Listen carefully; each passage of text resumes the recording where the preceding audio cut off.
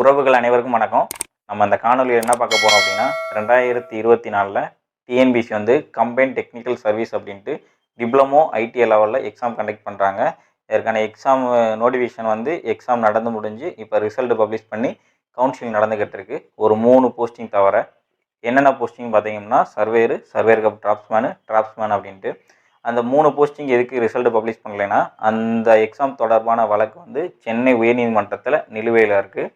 இப்போ அந்த வழக்கினுடைய நிலை என்ன, எப்போ வந்து அந்த எக்ஸாமுக்கான ரிசல்ட் பப்ளிஷ் பண்ணுவாங்க டிஎன்பிசி அப்படிங்கிறத அந்த காணொலியில் பார்க்க போகிறோம். ஃபஸ்ட்டு இந்த 3 எக்ஸாம் தொடர்பான கேஸ் வந்துட்டு எதுக்கு ஃபைல் பண்ணாங்க, யார் ஃபைல் பண்ணாங்க அப்படிங்கிற ஒரு விஷயத்த சொல்லிடுறேன். 2022க்கு முன்னாடி வரையும் சர்வேருங்கிற போஸ்டிங் வந்துட்டு காமனாக குரூப் 4ல் இருக்குது, யார் வேணாலும் எடுத்துக்கலாம் அப்படின்ட்டு. 2022ல் வந்துட்டு அந்த நோட்டிஃபிகேஷனில் என்ன சொல்கிறாங்க அப்படின்னா டெக்னிக்கலை கொண்டு வந்துடுறாங்க டிஎன்பிஎஸ்சி. அதில் பிஇ, டிப்ளமோ, ஐடி அப்படின்னு 3 பேருமே எலிஜிபிள்னு சொல்லிடுறாங்க. ஐடி லெவல் சிலபஸ் வந்து காமனாக இருக்குது, அதுபடி தான் எக்ஸாம் கண்டக்ட் பண்ணாங்க, அதுபடி தான் போஸ்டிங் வந்து ஃபில் பண்ணாங்க. ஆனால் 2024ல் வந்த நோட்டிஃபிகேஷன் வந்துட்டு என்ன பண்ணுறாங்க அப்படின்னா combine technical service diploma IT லெவல்ட்டு தனியாக கொண்டு வந்துட்டு இதில் வந்து டிப்ளமோ இன்ஜினியரிங் வந்துட்டு இன்ஜினியரிங் லெவல் சிலபஸ், அதாவது ஜேடிஓ லெவல் சிலபஸ் வச்சுறாங்க தனியாக. ஐடிக்கு வந்துட்டு ஐடி லெவல் சிலபஸ் அப்படின்னு வச்சுறாங்க. அப்போ சர்வேயருங்கிற ஒரு போஸ்டிங் வந்துட்டு ஐடி லெவல் சிலபஸ் சர்வேயருங்கிற ஒரே ஒரு சிலபஸ் மட்டும் எழுதுகிறாங்க. இன்ஜினியரிங் டிப்ளமோ வந்துட்டு ஜேடிஓவுக்கு எழுதின எக்ஸாமுடைய மார்க்கை வந்துட்டு இந்த சர்வேயருக்கு வந்துட்டு கம்பைன் பண்ணி ரேங்க் லிஸ்ட் வரும், அதன்படி வந்துட்டு சர்வேயர் போஸ்டிங் எடுக்கலாம் அப்படிங்கிற மாதிரிக்கு டிஎன்பிசி வந்து நோட்டிஃபிகேஷனில் வந்து சொல்லிடுறாங்க. இதனால் 2022 ஐடி லெவல் சிலபஸ் எழுதி கவுன்சிலிங் வரையும் போய் வேலை கிடைக்காம அடுத்து வரக்கூடிய எக்ஸாமில் நம்ம கிளியர் பண்ணிடலாம் அப்படின்ட்டு ஐடி லெவல் சிலபஸை கண்டினியூவாக படிச்சுக்கிட்டு இருந்த பிஇ டிப்ளமோ ஸ்டூடெண்ட்ஸ் வந்து சென்னை உயர்நீதிமன்றத்தில் வழக்கு தொடுக்கிறாங்க. இந்த வழக்கில் அவங்க என்ன சொல்கிறாங்க அப்படின்னா டிஎன்பிசி எந்த இன்ஃபார்முமே பண்ணாமல் நோட்டிஃபிகேஷனில் தான் சிலபஸை சேஞ்ச் பண்ணுறாங்க. நாங்கள் வந்து 2022ல் வந்த நோட்டிஃபிகேஷனில் இருந்த சிலபஸ் படி சர்வேர் கம் டிராப்ஸ்மேன் இந்த சிலபஸை படிக்கிறோம்.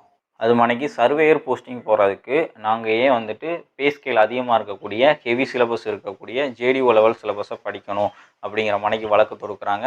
இந்த வழக்கை விசாரித்த சென்னை உயர்நீதிமன்ற நீதிபதி அவர்கள் வந்துட்டு டிஎன்பிஎஸ்சிட்ட ஒரு போஸ்டிங்க்கு 2 விதமான எக்ஸாம் வந்து எப்படி கண்டக்ட் பண்ணுறீங்க, பே ஸ்கேல் அதிகமாக இருக்கக்கூடிய சிலபஸையும் பே ஸ்கேல் கம்மியாக இருக்கக்கூடிய சிலபஸையும் எப்படி ஈக்குவல் பண்ணுவீங்க அப்படிங்கிற மானைக்கும் கொஸ்டின் கேட்குறாரு. நீங்கள் வந்து காமன் சிலபஸ் வைங்க அப்படிங்கிற மானைக்கு ஜட்ஜு சொல்கிறாரு. ஏற்றுக்கிட்ட டிஎன்பிஎஸ்சி வந்துட்டு common syllabus ITI level syllabus வைக்கிறோம் அப்படிங்கிற மானைக்கு சொல்லிடுறாங்க. அதன்படியே ஜட்ஜ்மெண்ட்டு வருது.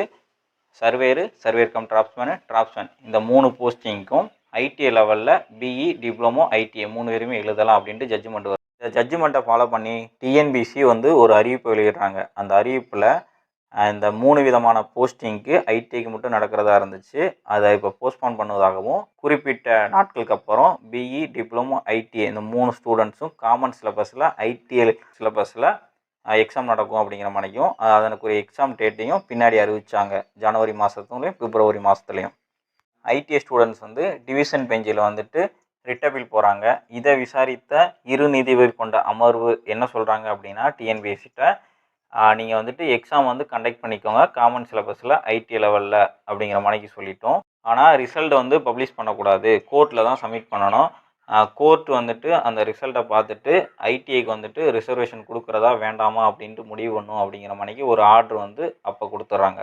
அதற்கப்புறம் இந்த கேஸ் வரல, அப்படி வந்தாலும் ரீச் ஆகலை.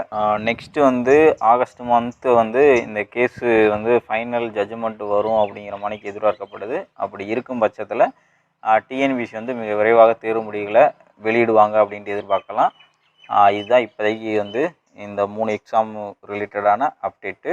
நன்றி, வணக்கம், வாழ்க வளமுடன்.